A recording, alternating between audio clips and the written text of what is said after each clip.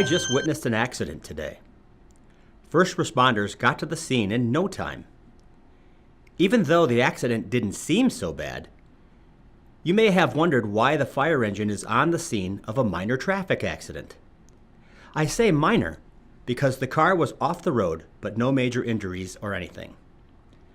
So why is the fire engine there? The engine places itself in between the accident victims and the traffic. This is to offer both protection and privacy for those in distress. There are so many moving parts at an accident scene and first responders out on the road, so please be careful when you drive by an accident. First responders are putting their safety at risk, being out on the road like that, for others, and would appreciate our patience when driving through.